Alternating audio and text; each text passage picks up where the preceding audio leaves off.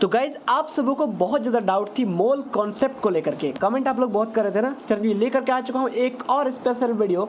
इस वीडियो में आपको क्या जानकारी मिलेगी मोल कॉन्सेप्ट के बारे में और सॉल्यूशन इन कॉलिगेटिव प्रॉपर्टीज़ के बारे में। सर बहुत ही अच्छी तरीके से आपको समझाएंगे, बस वीडियो को अंत तक देखिएगा। और इससे जो है दोस्तों MCQs क्वेश्चन साथ ही साथ 3 मार्क्स के क्वेश्चन जरूर पूछे जाते हैं। तो यार अगर अभी तक आपने हमारे इस यूट्यूब चैनल को सब्सक्राइब नहीं करा है तो भैया सब्सक्राइब कर लीजिए। अगला लेक्चर की वीडियो आपको तुरंत जैसे ही आएगी ना जानकारी मिल जाएगी। सब्सक्राइब कर लो, 30,000 पहुंचा दो फटाफट। चलिए शुरू करते हैं इस विशेष वीडियो को। तो देखो मोल कॉन्सेप्ट बेसिकली तुम्हारा हर जगह लगेगा। तुम जितना भी हायर स्टडी जाओगे तुमको मोल कॉन्सेप्ट जानना ही जानना है, ठीक है।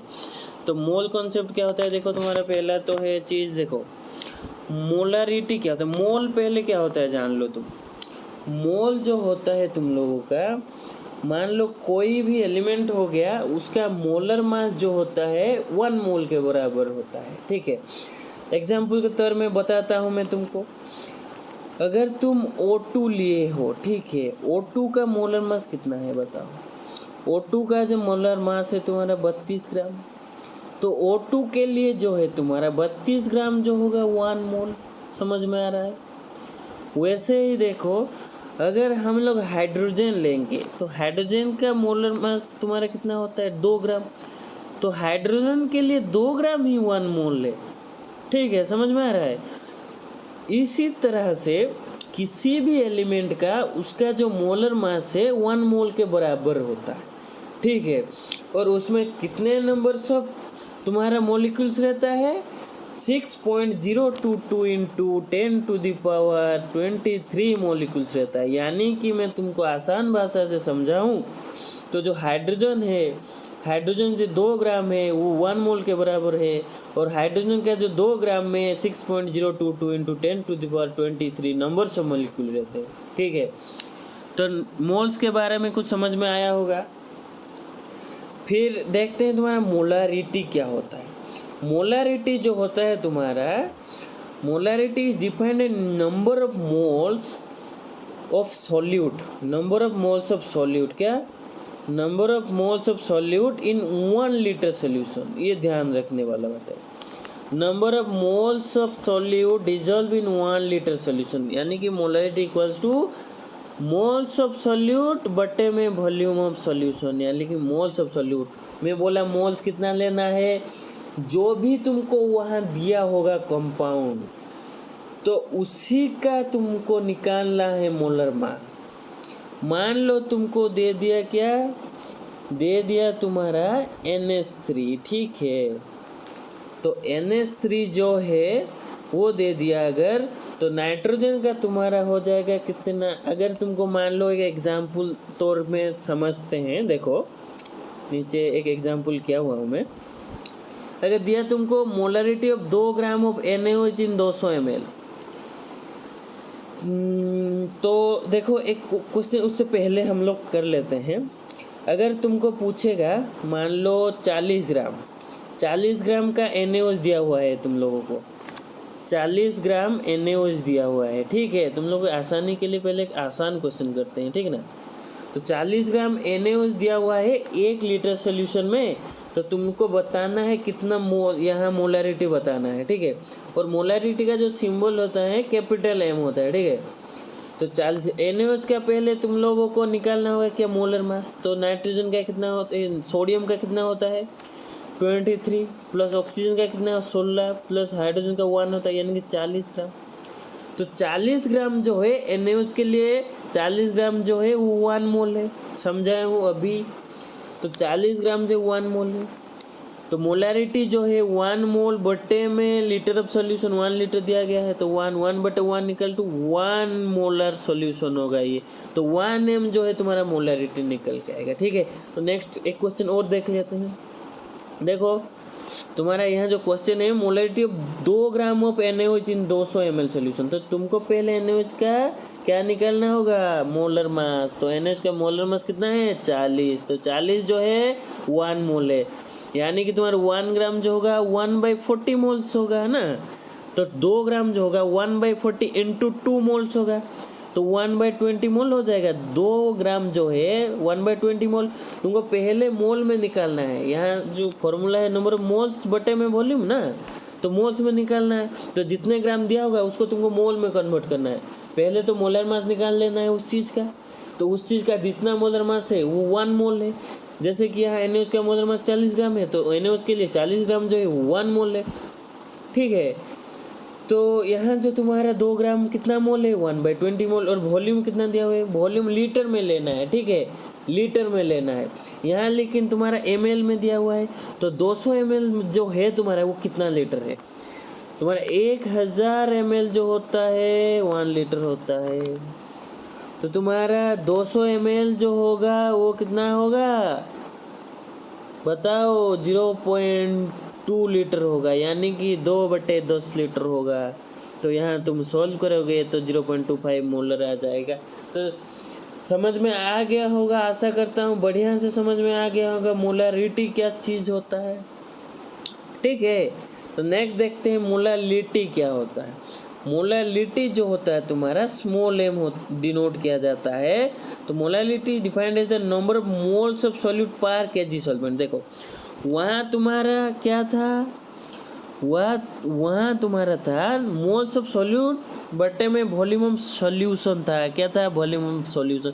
लेकिन यहाँ वो नहीं है, यहाँ थोड़ा डिफरेंट कर दिया गया है। देखो number of moles of solute तो है, लेकिन मास ऑफ सॉल्वेंट, किसका मास लेना है, सॉल्वेंट का मास किस में लेना है, केजी में लेना है, ठीक है, केजी में लेना है। तो एक एग्जाम्पल हम अगर देखें तो बताओ क्या करना है कि अभी number of moles of solute, जैसे कि हम मान लेते हैं एक सॉल्यूट जो होगा तुम्हारा NaOH हो जाएगा सॉल्यूट मान लो, ठीक है। तो NaOH तुम्हारा दिया हुआ है, मान लो 40 ग्राम दिया हुआ है तुम्हारा NaOH, और तुम्हारा अभी सॉल्वेंट लेना पड़ेगा, सॉल्वेंट लेना पड़ेगा। तब मान लो तुम्हारा वाटर दिया हुआ है, वाटर तुम्हारा कितना दिया हुआ है 500 ग्राम दिया हुआ है, मान के चलो 500 ग्राम दिया हुआ है। तो इस तरह क्वेश्चन अगर आएगा, तुमको सॉल्यूट दिया होगा, मास दिया होगा सॉल्वेंट का, क्या मास, यहाँ वॉल्यूम नहीं मास, तो तुमको मोल्स निकालना है। NaOH का मान लो 40 ग्राम होता है, 1 मोल होता है, 1 मोल बटे में मास, यहाँ 500 केजी में लेना है। 500 ग्राम अगर ग्राम में दिया होगा तो केजी में कन्वर्ट करना पड़ेगा। तो 500 ग्राम को अगर तुम केजी में कन्वर्ट करोगे तो क्या होगा भाई, तो 500 ग्राम जो है तुम्हारा 1/2 kg है, ठीक है, 1/2 kg। तो इसको सॉल्व करोगे तो 2 मोलर आएगा। तो 2 यानी कि स्मॉल m मतलब मोलालिटी, कैपिटल M मतलब मोलारिटी। तो समझ में आ गया होगा मोलारिटी क्या है। नेक्स्ट देखते हैं तुम्हारा मोल फ्रैक्शन। मोल फ्रैक्शन क्या होता है, देखो मोल फ्रैक्शन जो है तुम्हारा 2 सॉल्वेंट मिलके होगा, यानी कि तुम मान लो एक A सॉल्वेंट है, फिर दूसरा तुम्हारा B, ठीक है। तो तुम्हारा जो है वो दोनों जब मिलेंगे, ठीक है, जब मिलेंगे तो मोल्स निकालना है, यानी कि मान लो नंबर ऑफ A में Na मोल है, B में Nb मोल है। जब वो मिलेंगे तो Na प्लस Nb हो जाएगा ना, total number of moles, total number of moles जो तुम्हारा Na प्लस Nb हो जाएगा। फिर तुम्हारा यहाँ देखो, जब तुमको पूछेगा मोल फ्रैक्शन A निकालना है, तो number of moles of A यानी कि Na बटे में टोटल मोल्स, यानी कि Na प्लस Nb करना है, ठीक है, समझ में आ रहा है बच्चों। फिर तुम्हारा XB जो होगा, यानी कि mole fraction of B, mole fraction of B क्या होगा, मोल फ्रैक्शन ऑफ B जो है तुम्हारा NB बटे में क्या होगा, देखो मोल फ्रैक्शन ऑफ B जो होगा तुम्हारा NB बटे Na प्लस NB होगा, यानी कि mole fraction of B divide by total moles, ठीक है।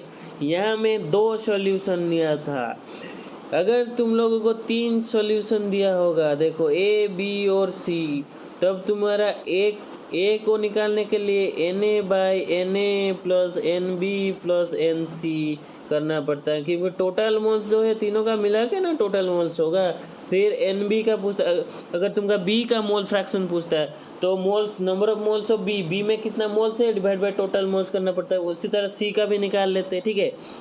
और एक बात याद रखना कि जितना भी वहाँ होगा सॉल्यूशन उसको मिलाओगे तो 1 होगा, यानी कि तुम्हारा यहाँ 2 में एग्जाम्पल के तौर पे 2 लिया हूँ ना, XA और XB। तो XA और XB जो है तुम्हारा वो दोनों मिलके क्या होगा बच्चों, बताओ क्या होगा? XA और XB मिलके 1 के बराबर होगा। क्या होगा? 1 के बराबर होगा, यानी कि तुम्हारा XA plus XB equal to 1 होगा। इस तरह तुम्हारा शॉर्ट क्वेश्चन पूछ लेता है, XA का वैल्यू दे दिया होगा, XB का पूछ लिया होगा कि 1 से XA माइनस कर लेना है, या फिर तुमको XB का दिया होगा, XA के पूछा होगा, तो XA plus XB equal to 1 होता है, ठीक है। तो फिर नेक्स्ट देखते हैं तुम्हारा क्या, तुम्हारा सॉल्यूशनल कोलिगेटिव प्रॉपर्टी से भी एक आधा क्वेश्चन आ ही जा रहा है, ठीक है। तो देखना है राउल्ट्स लॉ क्या होता है। राउल्ट्स लॉ जो होता है तुम्हारा क्या बताता है कि a solvent partial vapor pressure in a solution is equal to the vapor pressure of the pure solvent multiplied by its क्या मोल फ्रैक्शन। तो तुम्हारा क्या बता रहा है, solvent of a particular vapour pressure. तो देखो ये जो पर्टिकुलर वेपर प्रेशर जो है बता रहा है, तो प्योर सॉल्वेंट का क्या, प्योर सॉल्वेंट का vapour pressure PA0 into XA0 यानी कि मोल फ्रैक्शन के गुना हो जाएगा, फिर जोड़ोगे तो क्या निकलेगा तुम्हारा राउल्ट्स लॉ यही बताता है कि it's at the solvents partial vapour pressure जो होता है वो किसके बराबर होता है, तुम्हारा प्योर सॉल्वेंट का वेपर प्रेशर और मोल फ्रैक्शन को मल्टीप्लाई करोगे तो उसी के बराबर होता है, ठीक है। तो देखो तुमको शॉर्ट क्वेश्चन भी पूछ लेता है क्या राउल्ट्स लॉ होता है, ठीक है। नेक्स्ट देखो XA plus XB equal to 1, ये तो बता चुका हूँ मैं पहले। फिर तुम्हारा देखो यहाँ एलिवेशन इन बॉइलिंग पॉइंट होता है, तुम्हारा फॉर्मूला जो है डेल बी, ये होता है तुम्हारा कि एलिवेशन इन बॉइलिंग पॉइंट जो है फॉर्मूला KBM, ठीक है। ये जो M है तुम्हारा छोटा m है, छोटा m यानी कि मोलालिटी, ठीक है। फिर तुम्हारा देखो TF ये होता है तुम्हारा डिप्रेशन इन फ्रीजिंग पॉइंट, ठीक है, ये KFM होता है, ठीक है। फिर तुम्हारा देखो रिलेटिव इन लोअरिंग वेपर प्रेशर जो है वो क्या है, देखो P0 माइनस PS, यानी P0 तुम्हारा प्योर सॉल्वेंट का वेपर प्रेशर और PS जो है तुम्हारा सॉल्वेंट का वेपर प्रेशर है, इक्वल्स टू तुम्हारा N/N+1 हो जाएगा, यानी कि मोल्स बड़ा N जो है वो क्या है, नॉर्मलिटी है तुम्हारा। तुम्हारा ऑस्मोटिक प्रेशर जो है π=ICRT। एक चीज़ बता दे रहा हूँ, याद रखना ये चीज़, तुम्हारा ऑस्मोटिक प्रेशर जो है टेम्परेचर के साथ डायरेक्टली प्रोपोर्शनल, यानी कि तुम्हारा टेम्परेचर बढ़ेगा तो ऑस्मोटिक प्रेशर भी बढ़ेगा, ठीक है। ये चीज़ याद रखना, शॉर्ट क्वेश्चन यहीं से आ जाता है। और ये चार जो बताया हूँ, depression in freezing point, sorry 3, depression in freezing point, elevation in freezing point, relative lowering vapour pressure दे देगा। इनमें से कौन सा सॉल्यूशन कोलिगेटिव प्रॉपर्टी का नहीं है, ये 3 दे दिया होगा और एक दे दिया होगा कुछ, उसको निकाल देना है, ठीक है। फिर तुम्हारा एक इम्पोर्टेंट चीज़ है हेनरी लॉ। हेनरी लॉ क्या होता है देख लो तुम लोग, यहाँ से भी शॉर्ट क्वेश्चन पूछा जाता है। तो हेनरी लॉ जो है P gas equals to KH into X gas होता है, मोल फ्रैक्शन होता है, ठीक है। तो हेनरी लॉ जो होता है वो जब टेम्परेचर तुम्हारा बढ़ेगा ना, KH बढ़ेगा, ठीक है, ये तुम्हारा शॉर्ट क्वेश्चन में पूछ लेता है। और फिर टेम्परेचर बढ़ने से सॉल्युबिलिटी जो है घटता है, ठीक है। ये चीज़ें ध्यान में रख के आंसर करना है, ठीक है। तो मिलते हैं नेक्स्ट वीडियो में, पढ़ो बढ़िया से, एकदम तैयारी करो।